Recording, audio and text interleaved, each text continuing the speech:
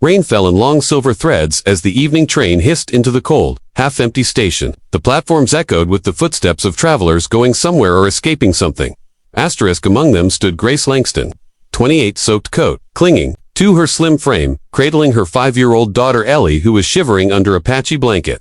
Grace's eyes flicked anxiously between the ticket booth and her wallet, empty. The last of her cash had gone to antibiotics for Ellie. Cough. They'd been evicted 3 nights ago. She didn't beg. She didn't know how. But desperation had a way of cracking pride into silence. Asterisk, Mommy, are we going home now? Ellie asked in a rasp, her small voice barely above the train's metallic groan. Asterisk, Grace's eyes stung. Soon, sweetheart, Mommy just needs a minute. Asterisk, then came the voice, low, gravelly, curious. Asterisk, need help. Asterisk, a man stood just beside the bench they had claimed hours ago. He looked like someone who lived between alleys and soup kitchens, threadbare hoodie, scraggly beard, torn boots with mismatched laces. Asterisk, Grace shook her head quickly. No, thank you. She hugged Ellie tighter. The man turned to leave, but then Ellie coughed deep, rattling, wet hand. Something shifted in the man's expression. Asterisk, he sat back down slowly. Your kid's sick. Where are you headed?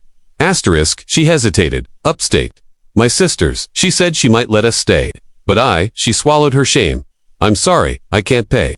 He nodded slowly, like he'd heard those words before. After a pause, he said, names matter. I'm Daniel. Asterisk, Grace, she whispered, brushing damp curls from Ellie's forehead. And this is Ellie. Daniel smiled at the girl, whose wide eyes studied him silently. A few minutes passed. The train's last boarding call echoed across the station. Grace's fingers trembled as she looked toward the ticket counter again. Asterisk, and then, quietly, Daniel stood, asterisk, I'll be back. Grace stared after him as he walked not toward the exit, but toward the ticket booth. Moments later, he returned, and handed her 2 tickets. Train leaves in 5. Car 7. Asterisk, she blinked, stunned. But how did you? Asterisk, just a little luck, he said with a wink. And a good poker hand last week. Asterisk, she tried to give them back. I can't accept this, you don't even know me. Asterisk, I know what it's like to need a way out, he said simply. Just promise me something. She nodded, eyes filling with tears. When it's your turn, help someone. Even if they whisper, I'm sorry, I can't pay. Asterisk, the train hummed softly as it sped through dark countryside.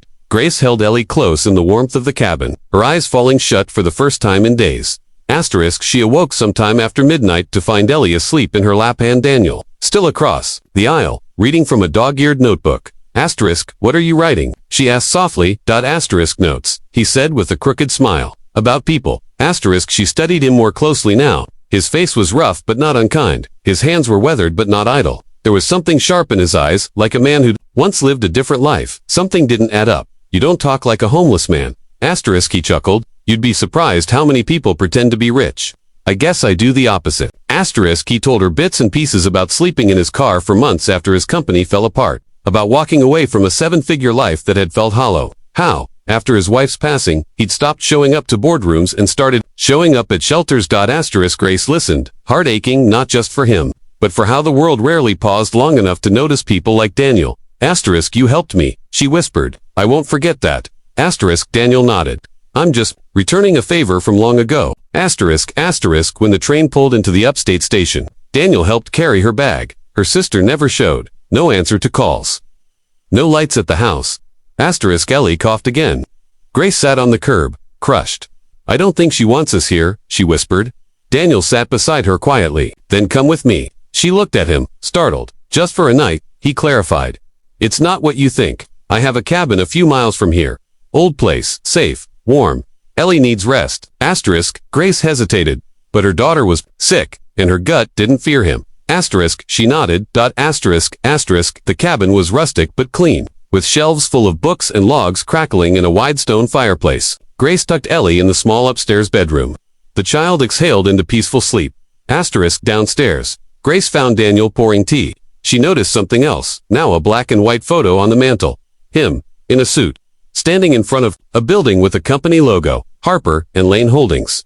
Her breath caught. Asterisk, you're Daniel Harper, she whispered, the tech billionaire. Asterisk, he smiled faintly. Used to be. Asterisk, but you vanished. Everyone thought you died. Asterisk, he shrugged. I didn't die, I just changed. Asterisk, she was silent, stunned. All this time, the man who bought her a ticket from the edge of nowhere had once owned half of Silicon Valley. Asterisk, but why live like this?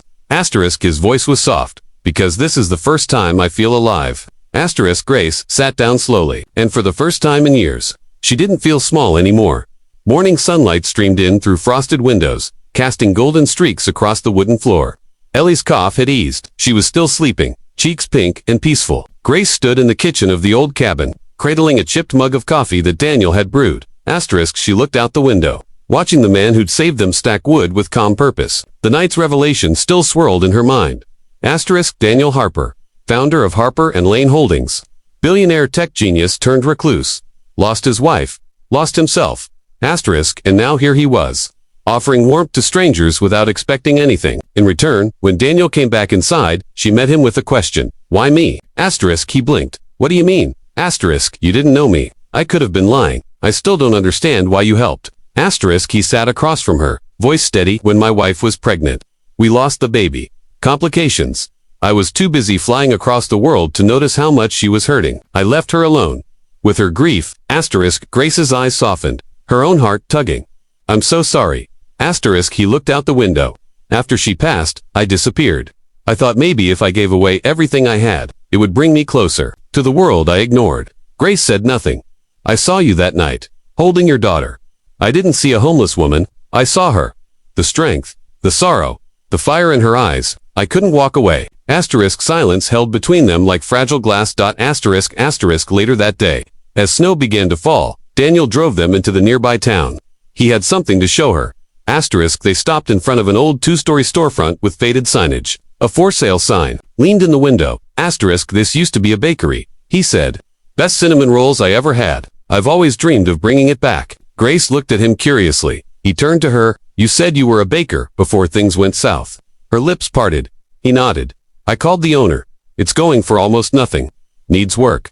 I can help with the paperwork. But I don't want to run it. Asterisk he held out a small manila folder. Inside were the deed, a transfer draft, and a startup grant under her name. Asterisk I want you to do it. Asterisk Grace stared, overwhelmed. Daniel, I can't take this. I don't have experience running a business. I can't even afford school supplies for Ellie. Asterisk that's exactly why you need to take it, he said gently. You deserve a second chance, and you have fire in you. I saw it the night you almost gave up. Her hands trembled, and if you fall, he added, I'll help you up, not because you owe me, but because someone once did that for me. Asterisk Ellie's place, home-baked hope had become the heart of the little town. Asterisk locals came for Grace's cinnamon buns, stayed for her warmth, and returned for the handwritten notes she placed inside each paper bag. You matter. You're not alone. Your story's not over. The once shy Ellie now greeted customers from behind the counter, offering juice boxes with a toothy grin, and Daniel, he'd become a silent investor and old friend who sometimes sat in the corner booth reading, smiling quietly at the life unfolding before him. Asterisk, he never flaunted his wealth. He just showed up sweeping snow from the walkway before dawn, fixing shelves, quietly paying overdue lunch tabs for single moms. Asterisk one evening, a woman stumbled into the shop, torn coat, pale face, a baby strapped to her chest. Asterisk, I'm sorry, she whispered to Grace, her eyes wet. I can't pay. Grace stood still for a beat. Then slowly, she walked over and wrapped a blanket around the woman's shoulders.